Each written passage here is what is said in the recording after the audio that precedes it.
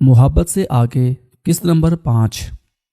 दीबा ने फिर से डंडे से शेरू की पिटाई करना चाही, मगर माहिरा ने उसे रोक लिया और उसे उसके कमरे में भेज दिया। इसके बाद शेरू को सहारा देकर अपने कमरे में ले आई।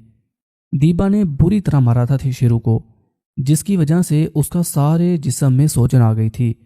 अभी जो कुछ भी हुआ था, माहिरा को इस पर यकीन नहीं आया था, मगर पहले शेरू को संभालना ज़रूरी था।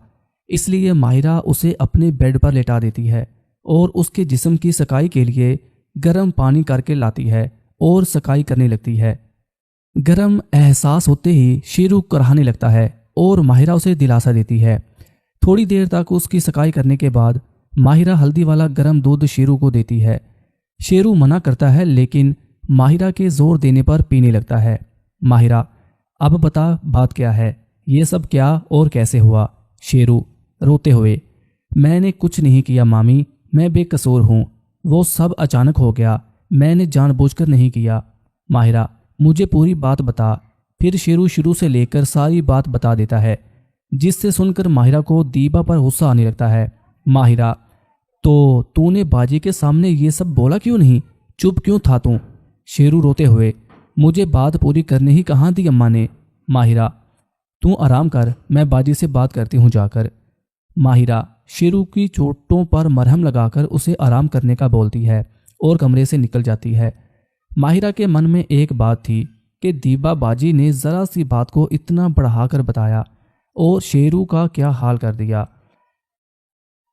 कोई बहुत बड़ा राज है जो दीबा बाजी बताती नहीं है और हर वक्त शेरू पर बड़हास निकालती रहती है। मुझे पहले ये राज पता करना ही होगा। माहिरा दीबा के कमरे में गई तो वो अपने बेड पर बैठी थी। चेहरे को देखकर लग रहा था जैसे गुस्सा अभी भी ठंडा नहीं हुआ था। माहिरा, क्या बाजी, आप हमेशा उसे कोसती रहती हैं और आज तो आप उसे मार ही डालती अगर हम ना आते तो। बेचारे की क्या हालत कर दी आपने। ऐसा भी कोई करता है भला? अगर उससे गलती हो गई थी तो आप उससे बात करती, उससे पूछती पहले। आपने तो सीधा उसे मारना पीटना शुरू कर दिया। क्या आपके दिल में ममता नाम की कोई चीज़ नहीं? इतना मासूम है वो, आपको ज़रा तरस नहीं आता उस पर? दीबा गुस्से में, मासूम?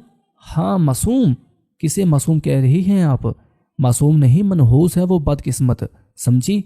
और ममता की बात कर रही हो तुम?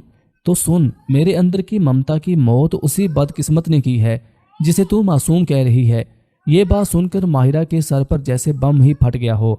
भला शेरू ने ऐसा क्या कर दिया जो दीबा ऐसा कह रही है? माहिरा हैरानी से, क्या कहा आपने?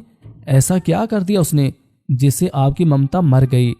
दीबा चीख कर, उसी बदकिस्मत की वजह से मैं माँ नहीं बन पाई अभी तक। माहिरा, क्या? शेरू की वजह से आप माँ नहीं बन पाई? वो कैसे? दीबा, वो मनहूस मेरी हंसती खेलती जिंदगी में ग्रहण बनकर आया और मेरा सब कुछ तबाह हो गया। इतना कहकर दीबा रोने लगती है। माहिरा भी हैरान हो जाती है कि आखिर ऐसा क्या हो गया शेरू के हाथों जो दीबा माँ नहीं बन पाई आज तक। माहिरा सब कुछ जानना चाहती थी, मगर दीबा ने रोना शुरू कर दिया था। माहिरा जानती थी आज अगर वो नहीं जान सकी तो शायद फिर कभी मौका ना मिले, क्योंकि आज दीबा गुस्से में बता सकती है जो आज तक छुपाती रही है। माहिरा, आज उसने आखिर उसने ऐसा क्या कर दिया कि आप माँ नहीं बन सकी?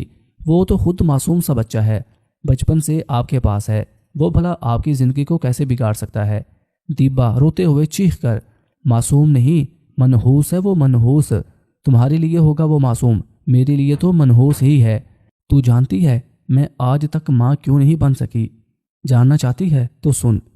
बात तब की है जब मैं शादी करके इस घर में खुशी खुशी दिलदार के साथ ज़िंदगी गुजार रही थी।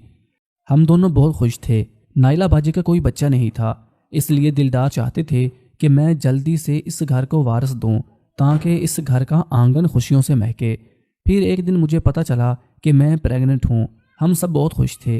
अचानक एक दिन इस बदकिस्मत की सालगिरह पर हमारी सास ससुर इसकी सालगिरह मनाने के लिए गए हुए थे। साथ में दिलदार भी थे। मैं प्रेगनेंसी की वजह से घर पर ही रुकी हुई थी और बाजी भी मेरे साथ घर थी। रात को खबर आई कि सब कार एक्सीडेंट में मारे गए हैं। बस ये मनहूस ही बचा था। अपनी सालगिरह के दिन ही ये मनहूस अपने माँ बाप और नाना नानी को खा गया। वो तो दिलदार पता नहीं कैसे जिंदा बच गए। मगर आधे अधूरे एक्सीडेंट की खबर सुनते ही हमारी तो दुनिया ही उजड़ गई। मैं चक्कर खाकर सीढ़ियों से गिर पड़ी और मेरा बच्चा पेट में ही मर गया। मुझे जब होश आया मैं अस्पताल में थी। डॉक्टर ने बताया कि मेरा बच्चा गिरने की वजह से मर गया। मैं बहुत रोई। मैं कितनी खुश थी कि मैं माँ बनूंगी, मगर इस मनहूस की वजह से सब उजड़ गया। उधर दिलदार भी अस्पताल में एडमिट थे।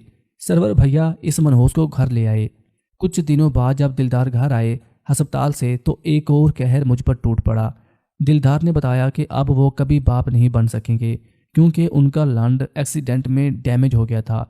ये सुनते ही मैं तो मर ही गई थी। तुम ही बताओ एक औरत कैसे रह सकती है शोहर के प्यार के बिना। तब से लेकर आज तक मैं कैसे जी रही हूँ ये सिर्फ मैं ही जानती हूँ। ऐसी कोई रात नहीं जब मैं कांटों पे ना लेटी हूँ, सिर्फ इस मनहूस की वजह से। मेरा बच्चा मारा गया सिर्फ इस मनहूस की वजह से। मैं सुहागन होते हुए भी बेवा हो गई सिर्फ इस मनहूस की वजह से। इसे मनहूस नहीं तो क्या कहूँ।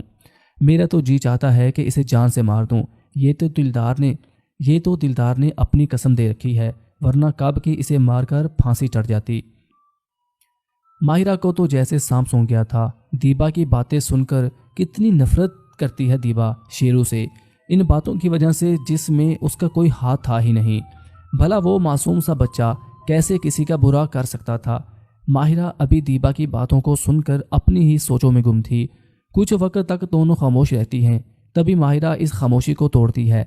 माहिरा, बाजी दुनिया में ऐसा कौन सा बेटा होगा जो अपनी माँ की जान ले ले। भला कैसे कोई अपने माँ बाप को मार सकता है। दुनिया में जो भी होता है सब कुदरत की मर्जी से होता है, इसमें किसी का क्या कसूर। आपने सिर्फ अपने दुख देखा, कभी ये नहीं सोचा तकदीर ने इसके माँ बाप एक झटके में छीन लिए। इस मासूम के दिल पर क्या गुजरी होगी। अगर आपने अपना बच्चा खोया था तो आप शेरू को अपना कर उसे ही अपना बेटा बना लेती, उसे भी माँ बाप का प्यार मिल जाता। मगर आपने तो उसे इस जुर्म के लिए मुजरिम मान लिया जो उसने किया ही नहीं था। ज़रा सोचें, आखिर वो इस वक्त खुद गोद में खेलने वाला छोटा बच्चा था।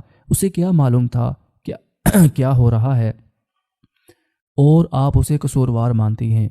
ज़रा ठंडे दिमाग से सोचना, आखिर इसमें उसका या किसी का क्या कसूर है। ये तो सब तकदीर का खेल है। रही बात माँ बनने की, वो तो बड़ी बाजी भी नहीं बन पाई और ना ही मैं अभी तक माँ बन पाई, तो इसमें हम किसको कसूर थे बताएं। क्या हम भी यही सोचें कि किसी और की वजह से हम माँ नहीं बन पा रही। ये तो अपनी अपनी तकदीर है, मैं और कुछ नहीं कह सकती। आप खुद समझदार हैं। हाँ, मगर इतना ज़रूर कहूँगी कि आज जो आपने किया वो सरासर गलत था। वो बेचारा तो आपसे हमारे बारे में जानने के लिए आया था। गलती तो आपकी थी जो आप दरवाज़ा खुला छोड़कर कपड़े बदल रही थी और आपने उस पर कैसे कैसे इल्ज़ाम लगा दिए, ऊपर से उसे इतनी बुरी तरह मारा। कभी सोचा है आपने इस घर का वो ही तो अकेला वारिस है। क्या होगा अगर वो किसी दिन आपके इस बर्ताव से तंग आकर घर छोड़कर चला गया। बड़ी बाजी तो मार ही जाएगी और बाकी सबका भी दिल टूट जाएगा। फिर ये घर घर नहीं रहेगा। ज़रा सोचना, आखिर आप उसे किस जुर्म की सज़ा दे रही है। उसने क्या कभी आपको कुछ कहा? क्या उसने आपको बड़ी बाजी की तरह प्यार नहीं दिया? सोचना ज़रूर। इतना कहकर माहिरा कमरे से निकल जाती है। मगर उसकी बातें अभी भी दीबा के दिमाग में घूम रही थीं और उसे याद आने लगा कि कैसे शेरू जब छोटा था तो अपनी तोतली ज़ुबान में उसे अम्मी कहकर उसे लिपट जाता था, मगर वो उसे दूर हटा देती थी। कैसे बचपन से लेकर आज तक वो दीबा के प्यार को तरसता रहा, मगर उसने कभी शेरू को प्यार नहीं बल्कि नफरत ही दी। मगर फिर उसे अपने बच्चे और शोहर के साथ हुए हादसे की याद आ जाती है और उसके मुंह से निकलता है, कोई चाहे कुछ भी कहे मगर मेरे लिए तो वो मनहूस ही है। सब उसी की वजह से हुआ है, मैं उसे कभी माफ़ नहीं करूँगी। माहिरा दीबा के कमरे से निकलकर नाइला के कमरे में जाती है, जहाँ नाइला जाने कब से रोई जा रही थी। चेहरा आंसुओं से भीगा हुआ था। माहिरा जब नाइला की हालत देखती है तो जल्दी से नाइला को गले लगाकर चुप करवाने की कोशिश करती है। माहिरा, ये क्या कर रही है बाजी, बच्चों की तरह रोई जा रही है, संभाले खुद को। नाइला रोते हुए, ये सब क्या हो गया छोटी, तूने देखा नहीं दीबा ने क्या कहा। मेरा बेटा ऐसा नहीं कर सकता, वो ऐसा कभी नहीं कर सकता। मैंने उसे पैदा नहीं किया मगर उसे मैंने अपने बेटे जैसे ही पाला है। उस पर उठी हुई उंगली उस पर नहीं मुझ पर उठी है। नहीं, वो ऐसा कभी नहीं कर सकता। माहिरा, चुप हो जाएं बाजी, चुप हो जाएं। मैं जानती हूँ वो ऐसा नहीं कर सकता और ना ही उसने ऐसा किया है। दीबा बाजी को गलत फहमी हुई है। इतना सुनकर नाइला एकदम चुप हो जाती है और माहिरा को देखने लगती है। माहिरा, हाँ बाजी, मैंने शेरू से और दीबा बाजी से बात की है। दरअसल शेरू हम दोनों को घर ना पाकर दीबा बाजी से पूछने गया था और इस वक्त दीबा बाजी कपड़े बदल रही थी कमरे में। बस ये सब अनजाने में हुआ हादसा है, इसमें किसी का कोई कसूर नहीं है। नाइला, तू सच कह रही है? माहिरा, हाँ बाजी, शेरू भी यही कहना चाहता था मगर आपने सुना ही नहीं और उस बेचारे को मारने लग गई। नाइला रोते हुए, मैंने अपने भूल से बच्चे पर हाथ उठाया, मेरे हाथ क्यों नहीं टूट गए? कितनी बुरी तरह मारा उसे, कितनी चोट लगी होगी उसे। कहाँ है वो? मुझे उसके पास जाना है, मुझे उसके पास ले चलो। वो यहीं है, मेरे कमरे में है। मैंने उसे दवा लगा दी है और उसे पेन किलर दे दी है, अभी वो सो रहा है। नाइला उठकर माहिरा के कमरे में भागती हुई जाती है जहाँ शेरू बेड पर उल्टा सो रहा था। नाइला उसे लगातार देखे जा रही थी और आंसू बहाए जा रही थी। पीछे पीछे माहिरा भी आ जाती है। माहिरा नाइला को आंसू बहाते देखती है तो उसे चुप करवाने लगती है। रात होने को आती है। दिलदार और सरवर घर लौट आते हैं। माहिरा और दीबा खाना लगा लेती है। बख्तियार आज फिर काम का बहाना बनाकर निकल गया था, बाहर से ही। नाइला शेरू के पास ही बैठी रहती है। जब सरवर शेरू के बारे में पूछता है तो कोई उसे असलियत नहीं बताता, बस इतना ही कहते हैं कि आज वो जल्दी ही सो गया। फिर माहिरा नाइला को उसके कमरे में वापस भेज देती है, ये कहकर कि अगर वो ना गई तो सरवर भैया को सच पता चल जाएगा, जिससे घर का माहौल बिगड़ सकता है, क्योंकि सरवर शेरू से बहुत प्यार करता था।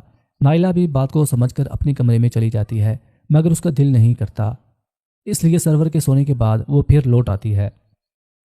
रात भर दोनों जागती रहती हैं और शेरू का ध्यान रखती हैं। नाइला अपने मन में सोच रही थी कि शेरू क्या सोचेगा इसके बारे में। मैं कैसी माँ हूँ, बिना उसकी बात सुने उसे मारने लगी। अगर उसकी सगी माँ होती तो भला ऐसा करती? कहीं वो मुझसे रूठ तो नहीं जाएगा? अगर वो नाराज़ होकर मुझसे दूर चला गया तो मेरा क्या होगा? नहीं नहीं, मैं उसे कहीं नहीं जाने दूंगी। वो मेरा बेटा है, मैं उसके बिना नहीं जी सकती। माहिरा अपने मन में सोच रही थी कि शेरू कितना अच्छा है, सबका ख्याल रखता है, सबकी बात मानता है, मगर दीबा बाजी उससे कितनी नफरत करती है, वो भी इस बात के लिए जो शायद उसे पता भी नहीं। और आज कितना मारा भी है। कोई कुछ भी कहे, जब तक मैं हूँ शेरू को कोई किसी को हाथ भी नहीं लगाने दूंगी। आज से इसे मैं प्रोटेक्ट करूंगी, इसे सब समझाऊंगी, सिखाऊंगी और होशियार बनाऊंगी। ऐसे ही रात भी गुजर जाती है। सुबह शेरू की आंख खुलती है तो देखता है कि अम्मा उसके सर के पास बैठी सो रही है। वो समझ जाता है अम्मा सारी रात यहीं बैठी रही होगी। फिर उसकी नज़र पाँव की तरफ जाती है जहाँ छोटी मामी सर रखकर सो रही थी। शेरू की आंखें भर आती हैं। दोनों के दिल में अपने लिए प्यार देखकर वो चुपचाप उठने लगता है, मगर माहिरा की आंख खुल जाती है क्योंकि उसका सर शेरू के पाँव पर ही था। वो देखती है कि शेरू उठना चाह रहा है तो जल्दी से शेरू को सहारा देती है। माहिरा कुछ बोलने ही वाली थी कि शेरू इशारे से उसे चुप करवा देता है ताकि नाइला की नींद खराब ना हो। माहिरा शेरू को सहारा देकर कमरे से बाहर ले जाती है। इस वक्त शेरू को चलने में थोड़ी तकलीफ थी क्योंकि इसके पाँव और टखनों में सूजन ज़्यादा थी। शेरू को बाथरूम जाना था तो माहिरा उसे सहारा देकर बाथरूम ले जाती है। शेरू अपनी चोट और सूजन की वजह से 3 दिन तक घर से बाहर नहीं निकलता। इस दौरान माहिरा और नाइला शेरू की हर वक्त खिदमत करती है और उसकी हर ज़रूरत का ख्याल रखती है। 3 दिन के बाद सूजन कम हो जाती है तो शेरू कॉलेज जाने की तैयारी करता है। नाइला मना कर रही थी मगर शेरू नहीं मानता और कॉलेज चला जाता है। कॉलेज में महविश शेरू को ब्रेक में जब देखती है तो जल्दी से उसके पास चली आती है और आंसू बहाने लगती है। महविश, कहाँ चले गए थे आप बिना बताए? पता है मेरा क्या हाल था? किस बात से नाराज़ थे आप? एक बार बता तो देते। मैंने सबसे पूछा मगर किसी ने नहीं बताया। राजू को आपके घर भी भेजा मगर आप वहाँ भी नहीं थे। शेरू, वो मैं अचानक किसी ज़रूरी काम से शहर चला गया था, जल्दी में बता नहीं सका, कल ही वापस आया हूँ। महविश, ये आपके चेहरे पर सूजन कैसी है? शेरू, वो मैं गिर गया था, ज़रा सी चोट है बस। महविश, आप सच बोल रहे हैं ना? शेरू, क्या तुम्हें यकीन नहीं मुझ पर? महविश, खुद से ज़्यादा है। इतने में बेल बज जाती है। महविश मिलने का पूछती है मगर शेरू अभी मिलना नहीं चाहता था क्योंकि अभी महविश को इसकी चोटों का पता चल सकता था, इसलिए मना कर देता है। महविश मायूस होकर क्लास में चली जाती है। क्लास के बाद शेरू राजू के पास जाता है। राजू, यार कहाँ गायब था? मैं तेरे घर भी गया था। मैवी से मिला कि नहीं? बेचारी कितनी परेशान थी। शेरू, हाँ उससे मिला था कॉलेज में। मैं ज़रा ज़रूरी काम से गया था बाहर मामा के साथ, तो कल ही वापस आया हूँ। तू सुना, तुझे जो बोला था वो किया? राजू, हाँ वो काम हो गया समझ। ये मीना तो रंडी है कमीनी। मैंने उसे अपने एक दोस्त को उस पर नज़र रखने का बोला था जो उसके घर के साथ ही रहता है। उसने बताया है कि मीना पहले खेतों में मजदूरी के लिए जाती थी मगर अब नहीं जाती, और इसके रिश्ते का कोई भाई इससे मिलने बहुत आता है आजकल। तू बिल्कुल सही टाइम पर आया है। आज उसका वो भाई आने वाला है। आज हम रात को सब छुप कर देखेंगे। मेरा वो दोस्त कह रहा था कि कमीना हर 15 दिन में आता है, 3 या 4 दिन के लिए। और जब वो आता है, मीना का घर वाला रात खेतों में रहता है और पीछे दोनों रात को मज़े करते हैं। शेरू हैरानी से, क्या मतलब? मीना अपने भाई के साथ भी जुदाई करती है? राजू, यार रात को सब पता चल जाएगा। तू आ जाना मेरे पास, मिलकर चलते हैं और पता करते हैं कमीनी आखिर करती क्या फिरती है। शेरू, मगर रात को अम्मा आने नहीं देगी। राजू, यार ऐसा मौका हाथ से जाने नहीं चाहिए। तो किसी भी तरह करके आ जाना। शेरू, ठीक है मैं 9:30 बजे आ जाऊंगा। फिर शेरू घर लौट आता है। ऐसे ही शाम हो जाती है। बख्तियार शाम को घर आ जाता है। शेरू जानता था आज छोटे मामा घर पर होंगे। इसका मतलब था राजू की खबर पक्की थी। रात 9:30 बजे जब सब अपने कमरों में सोने चले गए तो शेरू चुपचाप घर से निकल जाता है, मगर 2 आंखें उसे देख रही थीं। घर से निकलकर शेरू सीधा राजू की तरफ जाता है जो उसे बाहर ही मिल जाता है, और दोनों दोस्त मिलकर मीना के घर की तरफ चल पड़ते हैं। खेतों के रास्ते। रास्ता सुनसान था मगर शेरू को तो आज जैसे किसी बात की परवाह नहीं थी। वहीं राजू की गांड फट रही थी, मगर शेरू के साथ होने से वो भी शेर बना हुआ था। थोड़ी देर में दोनों दोस्त मीना के घर के पास पहुंच जाते हैं जहां राजू का दोस्त उनका इंतजार कर रहा था। राजू उसे देखते ही जेब से शराब की बोतल निकालता है, जिसे देखकर वो लड़का खुश हो जाता है। लड़का, वाह राजू भाई आप आ गए, मैं कब से इंतज़ार कर रहा था। राजू, ये ले तेरे लिए है, जा मौज कर। और सुन, वो मीना अभी किधर है? लड़का, वो अभी इस झोंपड़ी में है, इसका मर्द खेतों में है, आज उसका वो भाई आया हुआ है। राजू, अच्छा तू जा, मैं देखता हूँ। लड़का, शुक्रिया राजू भाई, और कोई काम हो तो बताना। इतना कहकर वो लड़का बोतल लेकर निकल जाता है अपने रास्ते। शेरू, कमीने ये क्या, तू शराब का काम कब से करने लगा? राजू, यार चुप कर, ये सब तो अपना काम करवाने की कीमत है और कुछ नहीं। अब तू चुप कर, पहले अपना काम करते हैं फिर बात कर लेना। दोनों दोस्त फिर झोंपड़ी के पास चले जाते हैं और अंदर देखने की कोशिश करते हैं।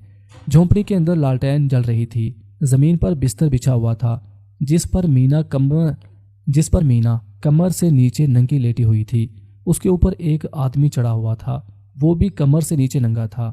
मीना, आह, जोर से करो और जोर से करो। ओ आदमी, जोर से ही तो कर रहा हूँ मेरी रंडी, तेरी चोट तो कमीनी हर वक्त गीली ही रहती है। कितनी आग है तेरे अंदर। मीना, क्या करूँ, आह ये आग उफ बुझती ही नहीं। आह। आदमी, क्यों, तेरे पास तो यहाँ 2 मर्द हैं, एक तेरा शोहर और दूसरा वो भड़वा मालिक। मीना, कैसे मर्द कमीने, दोनों भड़वे हैं। आह ओह, जोर से करो। एक तो खेतों में मजदूरी करके थक जाता है और आकर सो जाता है, दूसरा वो भड़वा मालिक आग तो बुझा नहीं पाता, उल्टा और भड़काकर चला जाता है। हर बार उंगली करनी पड़ती है बाद में। आह, और जोर से। आह, ऐसे ही। आह। आदमी, क्यों, उसके लांड में दम नहीं है क्या? मीना, लांड है ही कहाँ उसके पास, 5 इंच की लूली है, लांड तो तेरे पास है। आह, और जोर से। आदमी, तो क्यों जाती है फिर उसके पास? मीना, तू भी भड़वा है कमीना, अगर उसके पास नहीं जाऊंगी तो उसे चूतिया कैसे बनाऊंगी? आह। कमीना, बाप बनने के काबिल है नहीं और बच्चा ढूंढता फिरता है। मैं ये बात समझ गई थी, बस इसीलिए उसके नीचे लेट गई। अब देखना, तेरे बच्चे को उसका बच्चा बताकर मैं उसके हिस्से की जायदाद अपने बच्चे के नाम करवा लूँगी, यानी कि हमारे नाम। फिर देखना, हम भी अमीर हो जाएंगे, फिर सब बेचकर कहीं दूर चले जाएंगे और नई जिंदगी शुरू करेंगे। आह, और तेज करो, मेरा होने वाला है। ऐसे ही। उफ, उई माँ। आदमी, कितनी बड़ी रंडी है तू, सबको चूतिया बना रही है। अगर उसे पता चल गया तो?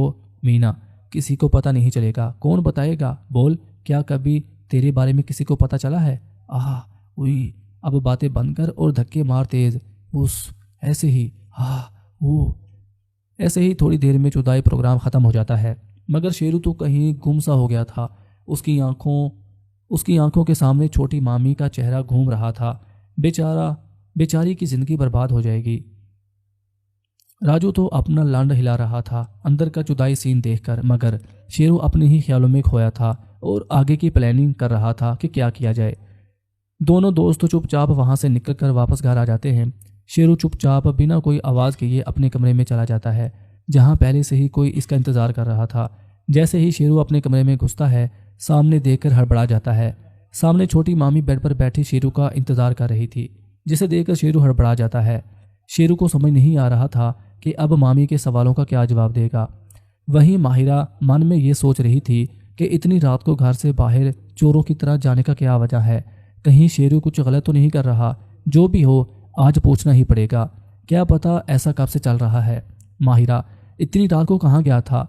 तू कब से रातों को बाहर जाने लग गया है? ऐसा कौन सा काम है जो तू रात के अंधेरे में करने लग गया है? शेरू, वो बाहर घूमने गया था। मेरे पेट में गैस हो रही थी। माहिरा, अच्छा, गैस हो रही थी? अब मुझसे झूठ बोलेगा? क्या इतनी ही इज्जत रह गई है मेरी अब? सच सच बता, कहाँ था, किसके साथ था? शेरू, मामी ऐसा ना कहो, मैं आपकी कितनी इज्जत करता हूँ, मेरे दिल से पूछो। माहिरा, तो सच क्यों नहीं बताता? बोल, कहाँ गया था? शेरू संजीदा होते हुए, मामी प्लीज़ ऐसा मत कहें, मैं आपको सब सच सच बताऊंगा, मगर अभी नहीं बता सकता। आपको मेरी कसम, अभी कोई सवाल मत पूछें, मैं वक्त आने पर खुद बता दूंगा, वादा करता हूँ। बस इतना सुन लीजिए, मैं जो कुछ भी कर रहा हूँ गलत नहीं कर रहा हूँ। जो कर रहा हूँ इस घर की भलाई के लिए कर रहा हूँ।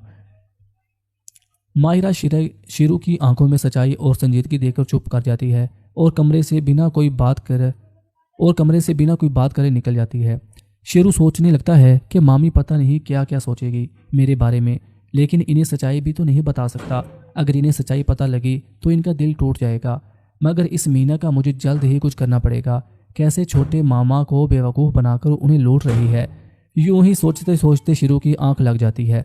दूसरी तरफ माहिरा भी परेशान थी, मगर उसे इस बात की तसल्ली थी कि शेरू कुछ गलत नहीं कर रहा है, मगर बात ज़रूर कोई बड़ी है जो उसने अपनी कसम दे दी सवाल ना पूछने के लिए। सुबह सुबह शेरू अपनी रूटीन से अखाड़े चला जाता है। घर में माहिरा तैयार होकर नाइला के कमरे में जाती है। माहिरा, बाजी आप तैयार हैं? जल्दी कीजिए, हम कहीं लेट ना हो जाएं। नाइला अपने बेड पर चादर तान कर लेटी हुई थी। माहिरा की आवाज़ सुनकर माहिरा की तरफ मुड़ती है। नाइला, अरे छोटी, मुझे माफ़ करना, मैं नहीं जा सकूंगी तेरे साथ। आज नहाते वक्त पाँव फिसल गया था, ज़रा पाँव में मोच आ गई है। तू दीबा को ले जा साथ। माहिरा नाइला की आवाज़ से अंदाज़ा लगा लेती है, वाकई वो तकलीफ़ में थी। माहिरा, बाजी ये कैसे हो गया? आपने मुझे आवाज़ क्यों नहीं दी? नाइला, बस अचानक पाँव फिसल गया था, और आवाज़ क्या देती? तब तुम्हारे जेठ यहीं थे, वो ही मुझे यहाँ तक ले आए। तू फिक्र न कर, मैंने गोली खा ली है, तू दीबा के साथ चली जा। माहिरा, नहीं बाजी, आपको देखभाल की ज़रूरत है, मैं आपको ऐसे छोड़कर नहीं जा सकती। हम फिर चले जाएंगे जब आप ठीक हो जाएंगी। नाइला, नहीं छोटी, तू जा, ऐसे कामों में देर नहीं करते, मैं अपना ध्यान रख लूँगी। तू जा, ये मेरा हुक्म है। माहिरा, अगर दीबा बाजी भी मेरे साथ चली गई तो घर का खाना कौन देखेगा? आपका ध्यान कौन रखेगा? नहीं नहीं, आप रहने दीजिए। नाइला, नहीं छोटी, तेरा जाना ज़रूरी है। तू एक काम कर, तू शेरू को साथ ले जा, उसको बोल आज काले से छुट्टी कर ले। माहिरा, लेकिन बाजी। नाइला, लेकिन वेकिन कुछ नहीं, तू अभी उसे जाकर बोल दे, देख आ गया होगा वो भी। माहिरा, अच्छा बाजी, मैं देखती हूँ। माहिरा शेरू के कमरे में जाती है, जहाँ शेरू यूनिफॉर्म पहनकर तैयार हो रहा था कॉलेज के लिए। माहिरा उसे जाकर बता देती है कि कपड़े बदल ले, आज कॉलेज से छुट्टी कर, आज तुझे मेरे साथ शहर जाना है। इतना कहकर माहिरा किचन में शेरू को नाश्ता बनाकर देने चली जाती है। शेरू मन में, लगता है छोटी मामी कल रात की बात के लिए गुस्सा है और मुझसे आज उसी के बारे में बात करेगी। अब कैसे समझाऊं इनको, जो मैं कर रहा हूँ उन्हीं के लिए कर रहा हूँ। थोड़ी देर में शेरू कपड़े बदल कर किचन में नाश्ता करता है और माहिरा उसे जल्दी करने को कहती है। दोनों जल्दी से बस स्टॉप जाते हैं और शहर के लिए बस पकड़ लेते हैं। बस में अभी हजूम नहीं था, सो दोनों को सीट मिल जाती है और दोनों शहर को निकल जाते हैं। रास्ते में दोनों में से कोई बात नहीं कर रहा था। फिर इस खामोशी को शेरू ही तोड़ता है। शेरू, हम ऐसे अचानक कहाँ जा रहे हैं मामी, सब ठीक तो है ना? माहिरा, हाँ हाँ सब ठीक है, ऐसी कोई बात नहीं है। असल में आज बाजी जाने वाली थी मेरे साथ, मगर उनके पाँव में मोच आ गई सुबह सुबह, इसलिए उसकी जगह तुम्हें ले जा रही हूँ। इतना सुनकर शेरू सुकून की सांस लेता है। फिर अचानक उनका ध्यान मोच पर जाता है और हड़बड़ाकर पूछता है, शेरू क्या अम्मा को मोच आ गई थी? मगर कैसे? किसी ने मुझे बताया क्यों नहीं? माहिरा, मुझे भी अभी थोड़ी देर पहले ही बताया उन्होंने। वक्त नहीं था इसलिए नहीं बता पाई। वैसे घबराने वाली बात नहीं है, तू फिक्र मत कर, घर पर दीबा बाजी है उनके पास। शेरू, वैसे हम शहर किस लिए जा रहे हैं? अगर अम्मा को मोच आ गई थी रहने देते शहर जाना। माहिरा, मैंने तो कहा था मगर बाजी नहीं मानी। असल में पिछली बार हम दोनों जब शहर आए थे डॉक्टर ने मेरा चेकअप करने के लिए टेस्ट किए थे। आज उनकी रिपोर्ट्स देनी थी उन्होंने, इसलिए जाना ज़रूरी था। इसलिए बाजी ने तुझे साथ ले जाने को कहा दिया। शेरू फिक्रमंदी से पूछता है, आपको क्या हुआ है? किस चीज़ का टेस्ट करवाया था आपने? माहिरा, अरे कुछ नहीं हुआ मुझे, बस है कोई टेस्ट, वो मैं नहीं बता सकती तुझे। अब बस कोई और बात करो। दोनों ऐसे ही इधर उधर की बातें करते शहर पहुंच जाते हैं, जहां से रिक्शा कार के दोनों डॉक्टर के क्लिनिक पहुंच जाते हैं। आधे घंटे के इंतजार के बाद माहिरा को डॉक्टर केबिन में बुलाती है। ये एक लेडी डॉक्टर थी जो बे औलाद लोगों का इलाज करती थी। माहिरा शेरू को बाहर ही रोकने का बोलकर अंदर चली जाती है। डॉक्टर आए, माहिरा बैठें। Mahira, good morning doctor, please बताएं मेरी रिपोर्ट्स कैसी हैं? मैं माँ तो बन सकती हूँ ना? डॉक्टर, अरे बैठे तो सही। देखें, मैंने आपकी सारी रिपोर्ट चेक कर ली है, आप बिल्कुल परफेक्ट हैं, आप में कोई कमी नहीं है, आप पूरी तरह से सेहतमंद हैं। मुझे लगता है कि कमी आपके शोहर में है। आप एक बार उन्हें मेरे क्लिनिक ले आएँ, हम उनको चेक कर लेंगे। माहिरा अपनी रिपोर्ट्स के बारे में सुनकर खुश हो जाती है कि वो माँ बन सकती है, मगर डॉक्टर की दूसरी बात सुनकर उसका चेहरा उतर जाता है। नहीं डॉक्टर, वो कभी नहीं मानेंगे। भला कौन मर्द अपनी कमज़ोरी मानेगा? और मेरे शोहर तो वैसे भी बहुत ज़िद्दी हैं। डॉक्टर, देखिए मैडम, आपकी रिपोर्ट्स के मुताबिक मुझे 100% यकीन है कमी आप में नहीं आपके शोहर में है। ऐसे में माँ बनने के दो ही रास्ते हैं आपके पास। माहिरा, बताएं डॉक्टर, मैं कुछ भी करूँगी, प्लीज़ आप मुझे माँ बना दीजिए। बताएं कितने पैसे लगेंगे? डॉक्टर, देखें, ये तो जाहिर है कि आपके शोहर के स्पर्म में जरासीम की कमी होगी, इसलिए आप माँ नहीं बन पा रही। ऐसे में सेकंड ऑप्शन यही होता है कि किसी दूसरे के स्पर्म को आपकी बच्चेदानी में शामिल करके आपको माँ बनाया जाए, और इस काम के लिए मेडिकल साइंस ने आजकल बहुत तरक्की कर ली है। एक छोटे से ऑपरेशन के ज़रिए आपकी बच्चेदानी में स्पर्म डाला जाएगा और आपको प्रेग्नेंट किया जाएगा। माहिरा, डॉक्टर, इसमें कोई रिस्क तो नहीं होता ना? डॉक्टर, नहीं, रिस्क वाली कोई बात नहीं। हाँ, कई बार एक बार की कोशिश से कुछ औरतें मिस भी हो जाती हैं, तो इन्हें फिर से एक मौका दिया जाता है। माहिरा, डॉक्टर, इससे बच्चा तो सही होता है ना? मेरा मतलब डॉक्टर, मैं समझ गई। देखें, बच्चे में फितरत तो उसके माँ बाप से ही आती है। जैसी फितरत उसके माँ बाप की होगी वैसे ही बच्चे में होगी। अब मैं इसके बारे में तो गारंटी नहीं दे सकते ना। माहिरा, डॉक्टर, इसमें कितना खर्च आएगा? डॉक्टर, यही कोई 2 लाख से 4 लाख रुपए। माहिरा डॉक्टर से ऑपरेशन की फीस सुनकर हैरान हो जाती है और उसे सोचकर बताने का कहकर बाहर निकल आती है। बाहर शेरू मामी का इंतजार कर रहा था। जब वो बाहर आती है तो शेरू चुपचाप उसके साथ चल पड़ता है। माहिरा खामोशी से फिक्रमंदी में डूबी चली जा रही थी, साथ में शेरू भी चला जा रहा था। शेरू ने डॉक्टर के केबिन के बाहर खड़े होकर डॉक्टर की बातें सुन ली थीं, मगर वो जाहिर नहीं करता और ना ही कोई सवाल करता है। वो जानता था मामी टेंशन में है, इसलिए वो मामी का मूड ठीक करने के लिए कहता है, शेरू, क्या मामी आप भी बस भागी जा रही हैं? आए कुछ खा लेते हैं। माहिरा, नहीं शेरू, मेरा मूड नहीं है, भूख नहीं है मुझे, तू खा ले। शेरू, ऐसे कैसे मूड नहीं है? आपको भी मेरे साथ चलना होगा। भूल गई आप उस दिन आपने क्या कहा था? माहिरा, कब, क्या कहा था? शेरू, अरे मेरी सालगिरह पर आपने कहा था ना कि आपको पार्टी चाहिए। आज तो मौका है, चले आज मैं पार्टी देता हूँ अपने ख़ास दोस्त को। माहिरा, नहीं शेरू, फिर कभी, आज हम घर चलते हैं। शेरू नहीं मानता और अपनी कसम देकर माहिरा को साथ ले जाता है। एक रेस्टोरेंट में माहिरा भी इसका मन रखने के लिए चल पड़ती है, जहाँ दोनों हल्का फुल्का खा लेते हैं। फिर शेरू माहिरा को लेकर मार्केट में चला जाता है, जहाँ उसे अपनी पसंद की खूबसूरत सी चप्पल लेकर देता है। जब दोनों शॉप पर चप्पल लेने जाते हैं तो दुकानदार शेरू से कहता है, आए भाई साहब, अपने लिए लेंगे या भाभी के लिए? शेरू शर्मा जाता है, मगर माहिरा बात संभाल लेती है। असल में शेरू पहलवानी करने की वजह से अपनी उम्र से बड़ा लगता था, जिस्म से बड़ी उम्र का नजर आता था, और माहिरा भी 24-25 साल की दिखती थी अपनी खूबसूरती की वजह से। इसके बाद दोनों बस पकड़ने चले जाते हैं। माहिरा अपने मन में शेरू की वजह से बहुत खुश थी कि वो कितना अच्छा केयरिंग है, कैसे अपनी बातों में लगाकर उसने सारी टेंशन ही भुला दी, और उसे पता है कि अपने साथी को कैसे खुश रखना है। कितनी अंडरस्टैंडिंग नेचर है। काश बख्तियार भी ऐसा होता। कुछ देर बाद दोनों बस में सवार हो जाते हैं। बस में बहुत भीड़ थी, दोनों को सीट नहीं मिलती, मजबूरी में खड़े होकर सफ़र करना पड़ता है। माहिरा, देखा मैंने कहा था ना, वापस चलते हैं। अब देख कितनी रश है, अगर इस वक्त आते तो रश ना होती। शेरू, मामी जी ये रश तो हर बस में मिलेगी ही। ज़रा सोचें हमने आज क्या किया, खाना पीना भी हो गया, शॉपिंग भी और बातें भी। माहिरा, रहने दे, मुझे मत समझाओ। वैसे थैंक्स, मैं बहुत खुश हूँ, तूने मुझे शॉपिंग करवाई और खाना भी खिलाया रेस्टोरेंट में। शेरू, अरे क्या मामी, हम तो दोस्त भी हैं ना, तो इसमें थैंक्स कैसा, आपको पार्टी तो देनी ही थी। दोनों ऐसे बातें करते रहते हैं। फिर अगले स्टॉप से और लोग बस में घुस आते हैं। रश बढ़ जाती है और ना चाहते हुए भी शेरू पीछे से माहिरा के साथ चिपक जाता है। माहिरा भी समझती है कि राशि ही इतनी है तो कोई क्या करे।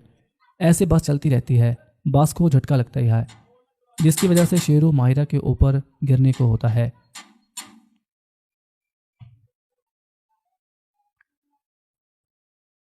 माहिरा शेरू के वजन से थोड़ा आगे झुक जाती है और शेरू का लंड माहिरा के चुटनों के दरमियान पहुंच जाता है। दोनों जब सीधे होते हैं तो शेरू का लंड माहिरा को अपनी गांड के दरार में महसूस होता है। गांड की गर्मी से शेरू का लंड उठ गया था, मगर शेरू का भी इस तरफ ध्यान नहीं गया था। माहिरा मन में सोचने लगती है कि अब क्या करे। उसे शर्म आने लगती है, शेरू को कैसे कहे। धीरे धीरे शेरू के लंड में सख्ती बढ़ती है और वो पूरा लोहे की राड जैसा सख्त सीधा माहिरा की गांड के बीच में घुस रहा था। माहिरा लंड की सख्ती से जुदाई सी होने लगती है। आखिर कितने हफ्तों से वो चुदी नहीं थी। लंड की गर्मी पाकर फुद्दी ने रोना शुरू कर दिया था।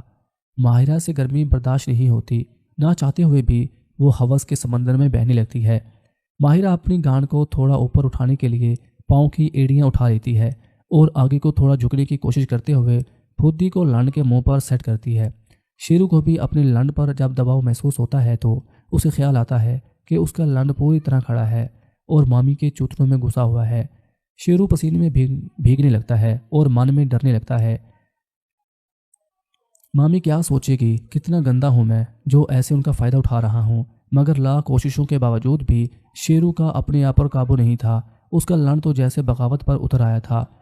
माहिरा अपनी चोट पर दमदार लोड़े को महसूस करके लगातार दबाव बनाई जा रही थी। उसे तो किसी भी कीमत पर जुदाई चाहिए थी। एक दमदार लंड से अपनी चोट की टुकाई चाहती थी वो। उसका शोहर तो उसे हाथ भी नहीं लगा रहा था। आज वो करे तो क्या करे, आखिर वो करे तो क्या करे। शेरू खुद को रोक नहीं पा रहा था, इसलिए उसने अपनी आंखें बंद कर ली थी। मगर अंदर ही अंदर से उसे भी मज़ा आने लगा था और उसने भी अपनी कमर को आगे धकेलना शुरू कर दिया था। ऐसे ही दोनों हवस में डूबते जा रहे थे। माहिरा से अब बर्दाश्त नहीं हो रहा था और कुछ ही पल में उसकी चोट का बंध टूट गया। उसकी पैंथी उसकी फुदी के पानी से भीग गई। उसका जिस्म झटके खाने लगा और उसे खड़ा रहना मुश्किल हो गया। तभी साथ वाली सीट खाली हो जाती है और माहिरा बेसुध सी वहीं सीट पर गिर जाती है। माहिरा अपने इस मज़े का स्वाद ले रही थी। उसकी आंखें बंद थीं और मुंह से दबी दबी सिसकियां छूट रही थी। शेरू बस हैरानी से उसे देखे जा रहा था। मुंह पर पसीना देकर शेरू फिक्रमंदी से पूछता है, मामी आप ठीक है? आप ठीक तो है ना? माहिरा खुद को संभालने की कोशिश करते हुए जवाब देती है, हाँ मैं ठीक हूँ, बस खड़े खड़े थक गई थी तो ज़रा चक्कर आ गया। कुछ लम्हे में माहिरा नॉर्मल हो जाती है, लेकिन उसकी पैंटी से उसकी मनी बहने लगती और उसकी रानों और चूथनों को चिपचिपा कर देती है। माहिरा के मन में कई सारी बातें चल रही थीं जो उसे सुकून से बैठे नहीं दे रही थी। एक तरफ उस डॉक्टर की बातें याद आ रही थी कि कमी उसके शोहर में है, ऑपरेशन पर 4 लाख खर्च आएगा, वो इकट्ठा नहीं कर पाएगी। अगर कर भी लिया तो इतनी बड़ी रकम क्या कहकर देगी, उसका शोहर पकड़ लेगा। ऊपर से पता नहीं किस आदमी का सपरम डालेंगे, कैसी औलाद होगी, पता नहीं क्या क्या सोच रही थी। फिर इसका मन शेरू का मुआयना करने लगता है। शेरू कितना अच्छा हैंडसम है, कितना गबरू जवान है, कितना केयरिंग है, हर एक गुण इसमें है जो एक परफेक्ट लड़के में होने चाहिए। अगर शेरू का सपना मिल जाए तो इसका और शेरू का बच्चा कितना क्यूट होगा, कितना समझदार होगा। इतना सोचते ही उसे शेरू के लड़ का एहसास अपनी चोट पर होने लगता है और वो सोचती है कि अगर शेरू का ही अब सपरम शामिल करवाना है तो डॉक्टर के पास जाने की क्या ज़रूरत है। क्यों ना मैं खुद शेरू का सपरम डायरेक्ट अपने अंदर ले लूँ, इसी तरह पैसे भी बच जाएंगे और किसी को पता भी नहीं चलेगा। मगर शेरू कभी नहीं मानेगा, वो तो मेरी इतनी इज्जत करता है। माहिरा, हाय हाय ये मैं क्या सोचने लगी, ये गलत है, ऐसा नहीं हो सकता, ये गुनाह है, छी। शेरू भी अपने मन में बहुत सी बातें सोच रहा था। मीना की बातों और डॉक्टर की बातों से एक बात कन्फर्म थी कि बख्तियार मामा बाप नहीं बन सकते। ऐसे में माहिरा मामी बेचारी की जिंदगी बाँझ के तानों को सुन सुनकर तबाह हो जाएगी। ऊपर से मामा बाहर मुंह मारता फिरता है। फिर शेरू के दिमाग में आइडिया आता है कि बख्तियार का मीना के पीछे जाने की वजह शायद बच्चा ना होना है। क्यों ना मामा को किसी तरह राज़ी किया जाए कि वो मामी का और अपना इलाज करवाए। अपना तो वो मानेंगे नहीं, मामी का ही करवा दे तो कम से कम एक ऑपरेशन से मामी माँ बन जाएगी और फिर मामा भी मीना के चक्कर में नहीं फंस पाएंगे। ऐसे ही दोनों अपनी अपनी सोचों में खोए घर पहुंच जाते हैं। घर आने के बाद थोड़ी देर आराम करने के शेरू और राजू से मिलने के लिए निकल जाता है और माहिरा भी नायला के पास चली जाती है। नायला, छोटी, क्या कहा डॉक्टर ने? माहिरा, कुछ नहीं बाजी, डॉक्टर ने कहा है कि मैं माँ बन सकती हूँ, मुझ में कोई कमी नहीं है, कमी बख्तियार में ही है। नायला, सच? इसका मतलब तुम माँ बन सकती हो? माहिरा, कहाँ बाजी, बख्तियार ही जब मुझे माँ नहीं बना सकते तो मैं अकेली माँ कैसे बन सकती हूँ?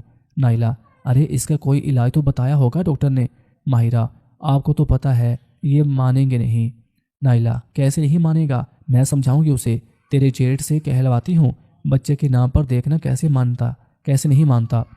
माहिरा मन में, नहीं बाजी, वो नहीं मानेगा, अब तो वो मुझे हाथ भी नहीं लगाता, पता नहीं कहाँ जाता है रात रात। उधर शेरू राजू से मिलकर मीना को कैसे काबू करना है उस पर मशवरे करने लगता है, मगर कोई रास्ता नहीं मिल रहा था उन्हें। ऐसे ही रात होने लगती है। सब अपने अपने कमरों में खाना खाकर सोने लगते हैं। बख्तियार अभी घर नहीं आया था। शेरू सोचता है कि क्यों ना अम्मा की तबीयत का पता करूं, उनके पाँव में मोच आई है, कम से कम उनकी मालिश तो कर ही सकता हूँ। अखाड़े में किसी न किसी को मौज तो आती रहती है, उस्ताद जी ने जो सिखाया है उसका इस्तेमाल घर पे तो किया जा सकता है। इसी सोच से शेरू तेल की बोतल साथ लिए नायला के कमरे में चला जाता है। इसकी अगली किस्त देखने के लिए हमारे चैनल को ज़रूर सब्सक्राइब कीजिए और बेल आइकन को क्लिक कीजिए ताकि जब मैं इसकी अगली किस्त अपलोड करूं तो आप लोगों को आसानी मिल सके। शुक्रिया।